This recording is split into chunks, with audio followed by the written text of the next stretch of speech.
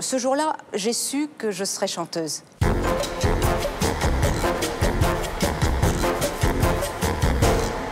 Et maintenant, la lumière se rallume sur Corinne Hermès. Corinne, bienvenue sur le plateau de Tout le monde en a parlé. Donc vous êtes née le 16 novembre 1961 à Lagny-sur-Marne, sous le nom de Corinne Bondeau. Tout à fait. Votre père avait une petite entreprise de store et votre maman a été vendeuse dans le prêt-à-porter, puis elle a travaillé dans la mode. Vous grandissez dans l'Est parisien entre Montreuil et la porte de Bagnolet, une enfance plutôt heureuse, joyeuse, dans un milieu modeste. Exactement, Thierry. Voilà. Très bien informé.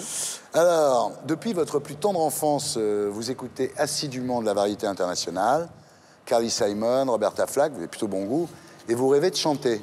On va dire que dès que j'ai pu parler, j'ai chanté. Ah bah oui. Et j'ai souvenir que j'animais déjà les fêtes à la maison. Et voilà, je pense que ça se dessinait déjà. Alors vous avez 10-12 ans quand vous commencez le piano et la guitare, mais comme il n'y a pas d'artiste dans la famille, évidemment, vous vous contentez de rêver, mais vous ne passez pas à l'acte, quoi. Et c'est en 1974, vous avez 13 ans, pendant les vacances, que vous remportez un concours de chant à Roquebrune-sur-Argent, et là vous vous dites que le rêve peut devenir réalité, quoi. Ma famille découvre ma voix, et moi y compris. Ouais. Et c'est la première fois, en fait, que je chantais.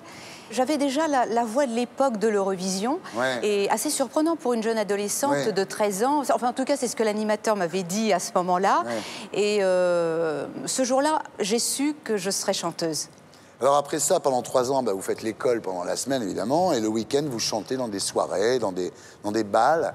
Oui, j'ai fait donc 3 ans d'orchestre, 3 ans d'orchestre, et puis ensuite, la dernière année, je l'ai passée avec Jean-Claude Borelli. Je ne sais pas si vous vous souvenez. Bien sûr, oui. Voilà, en tout cas, comment j'ai commencé mon métier de la scène. Alors, votre maman s'occupe vachement de vous, hein, elle va vous chercher, elle vous ramène et tout. Oui. Et vous découvrez à l'époque, en fait, son rêve secret à elle aussi, c'était de devenir chanteuse. Oui, maman a toujours rêvé de chanter, danser, et à travers sa fille, elle réalisait vraiment son rêve. Elle avait une carrière par procuration, d'une certaine façon. Exactement.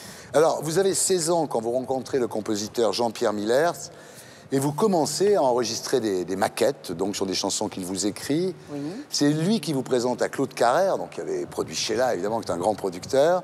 Et vous sortez un premier 45 tours qui s'appelle La ville où je vis, sous le nom de Corinne Miller. Ce sont des textes de Étienne Rodagil. Ouais.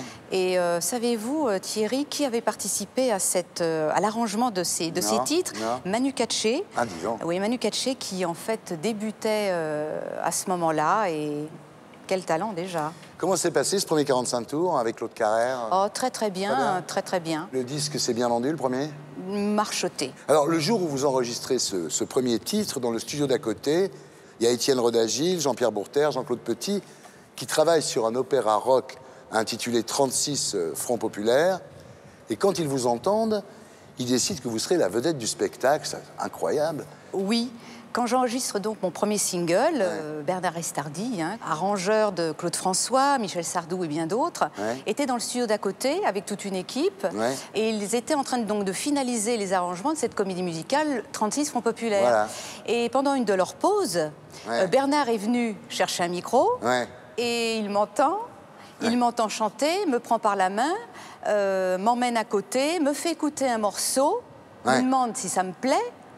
Et là, vous imaginez ma réponse, c'était grandiose, magnifique. J'ai eu 10 minutes, montre en main, pour l'apprendre. Et à la fin du titre, il me proposait le premier rôle auprès de Julien Clerc. Mais il faut quand même vous dire que ça faisait 1 an qu'il recherchait donc l'interprète qu'il n'avait pas trouvé. Tout aurait pu démarrer à ce moment-là, évidemment, sauf que le spectacle n'a jamais été monté. Exact, Thierry. Et là, seul le double album a existé, mais pas le spectacle pour des raisons politiques, m'avait-on dit. Oui. En 1981, vous vous retrouvez au Paradis Latin, où Jean-Marie Rivière vous confie le rôle de Liza Minnelli dans sa revue Cabaret. Donc ça, quand même, bon, ça va. Mais là, Thierry, j'en ai bavé. J'en ai bavé, parce que Jean-Marie Rivière était tellement exigeant, très sévère, et il voulait que tout soit parfait. Alors c'était col en résille,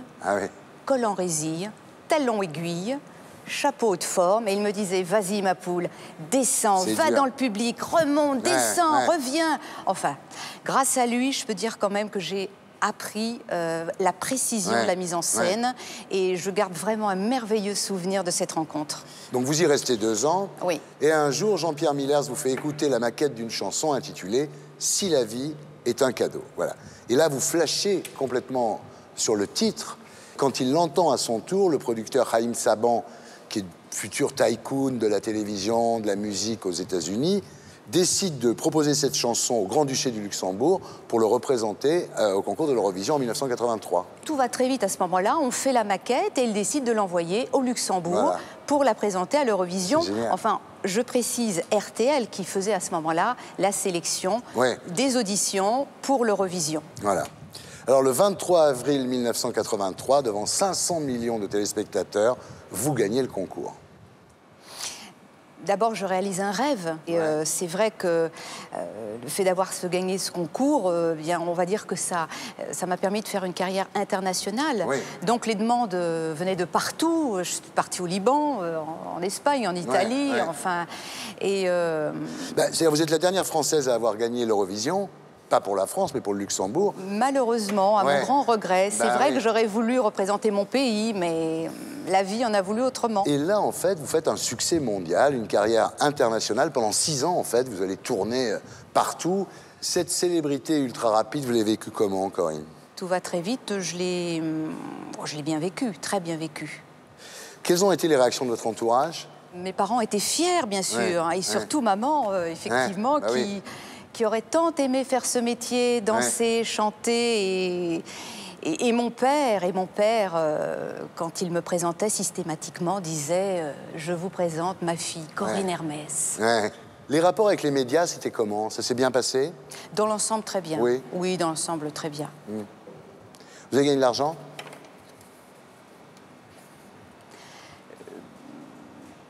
Pas comme j'aurais dû...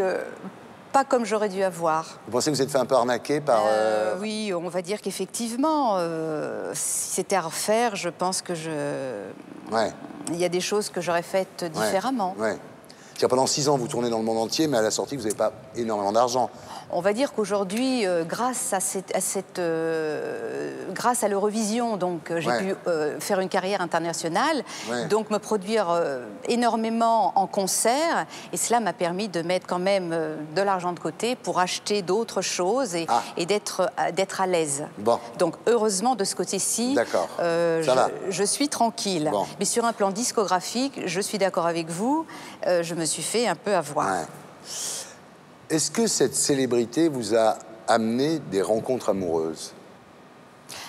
Je n'ai pas vraiment vu la différence, Thierry. Ah oui? Non. Vous avez toujours eu du succès, c'est pour ça? Écoutez, que vous dire? En tout cas, je suis très heureuse. Alors, quel a été le meilleur moment de cette époque, Corinne? Le plus grand moment reste quand même ma victoire à l'Eurovision. Bien sûr, vous imaginez, Thierry, j'ai 22 ans, je passe devant 500 millions de téléspectateurs, je gagne, je passe en quelques minutes de l'anonymat à la notoriété, je parcours le monde entier, je reçois des disques d'or. Et le pire moment? Je pense que c'est quand tout s'arrête. C'est vrai qu'après un tel succès, le retour au calme, c'est vrai que ça fait un petit peu bizarre. Les gens vous appelaient plus, les télés vous appelaient plus, les journaux vous appelaient plus, vous êtes retrouvés... Oui, c'est un peu ça, un peu ça. Vous en avez souffert? Oh, ce n'est pas le mot. Mais on se sent parfois un peu seul, c'est vrai. Alors ensuite, faites un album avec Haïm Saban, mais qui n'est jamais sorti dans le commerce. Est-ce que vous savez pourquoi? Eh bien non, justement, justement, je ne le sais pas et je pense que je ne le saurai jamais. C'est bizarre. Il y a quand même 2 extraits sont sortis de cet album, Vivre à 2. Donc après l'Eurovision, il y a eu Vivre à 2 et Michael, mais l'album n'est jamais sorti. N'est jamais sorti. Vous pensez que ça aurait été bon pour votre carrière qui sorte? Oui, après une telle victoire, ça paraissait logique. Et vous, à ce moment-là, vous n'avez pas essayé de savoir ou de l'obliger à le sortir ou de... Vous savez, Thierry, à ce moment-là, j'étais, on va dire, un petit moineau. Un petit moineau, et voilà. Ce n'était pas si simple. Vous n'étiez pas armé pour vous affronter au show business. Exactement. Si bien d'ailleurs qu'ensuite, bien, je me suis effectivement bien sentie seule, puisque j'ai quitté Haïm Saban, puisqu'il ne faisait plus rien pour moi, justement. Mais heureusement, j'avais toujours ces concerts un petit peu partout dans le monde. Ouais. Alors après, vous faites quelques singles qui n'ont pas le succès, évidemment, de La vie est un cadeau. Vous réalisez que les chansons qu'on vous propose ne trouvent pas vraiment preneur dans les maisons de disques. Et là, vous avez un creux de carrière, on peut dire, malgré les concerts que vous faites. Oui. Ouais. Oui, on va dire qu'il se passe des petites choses par-ci, par-là, mais on peut encore parler d'un petit creux. Ouais. Alors, il y aura quand même, en 89, Dessine-moi, qui sera un beau succès quand même. Personne ne voulait de Dessine-moi. Et je ne sais par quel hasard, la chanson s'est retrouvée sur le bureau de Gérard Louvain. Oui. Et quand Gérard l'a entendue, il a dit « c'est un tube Ouais. ». Donc, et c'est lui qui lance la machine. Ben voilà. Et ensuite, effectivement, les plateaux, enfin bon. Ça a tout le monde recommencé jouait un ce petit peu à ce titre moment-là, absolument. Et c'était le top 50 pendant quelques semaines. Voilà. En mai 2006, vous sortez un album qui s'appelle Vrai, dont vous êtes la réalisatrice et la compositrice, qui a quand même un accueil assez mitigé, non? Oui, enfin, un album plutôt pop anglaise en mélodie française, Ouais, je dirais. Ouais. Et bien pour moi, c'était un rêve qui se réalisait. Oui, c'est vrai, mais vous souffriez beaucoup de votre image de l'Eurovision, donc les gens n'ont pas abordé l'album comme un album de pop-rock, en fait. Alors, effectivement, il y a ceux qui ont adoré. Ouais. Et d'autres qui l'ont ignoré pour, vous savez Thierry, pour ces histoires ces problèmes d'étiquette. Ouais, ouais. Ensuite, vous avez eu quelques ennuis de santé. Je dois, pour tout vous avouer, j'ai été un peu découragée. Bah oui. Et j'étais un peu découragée, et si bien que... Vous êtes déprimé un peu, quoi. Si bien que j'ai tout arrêté pendant 3 ans. Voilà. Vous avez fait quoi pendant ces 3 ans? Eh bien, je me suis... j'ai pris soin de moi pour me requinquer. Oui. Et aujourd'hui, c'est reparti. Bah oui. Est-ce que vous êtes nostalgique de cette époque de l'Eurovision? Nostalgique, non. Même si je l'ai beaucoup aimée, cette époque. Alors, Corinne, si c'était à refaire votre carrière, qu'est-ce que vous ne referiez pas pareil? Avec l'expérience d'aujourd'hui, je pense que je choisirais mieux mon entourage. Ouais. En tout cas, des personnes qui penseraient plus à la réussite de l'artiste qu'à la leur. Oui, bonne réponse. Le jour où vous allez mourir, qu'est-ce que vous voulez qu'on écrive sur votre tombe? Je vous dirais cadeau donné, cadeau repris. Ouais. Merci Corinne, je suis très heureux de rallumer la lumière sur vous. Merci à vous. Merci beaucoup. Et pour être sûr de ne rien rater de Inarditube, abonnez-vous et mettez un pouce bleu.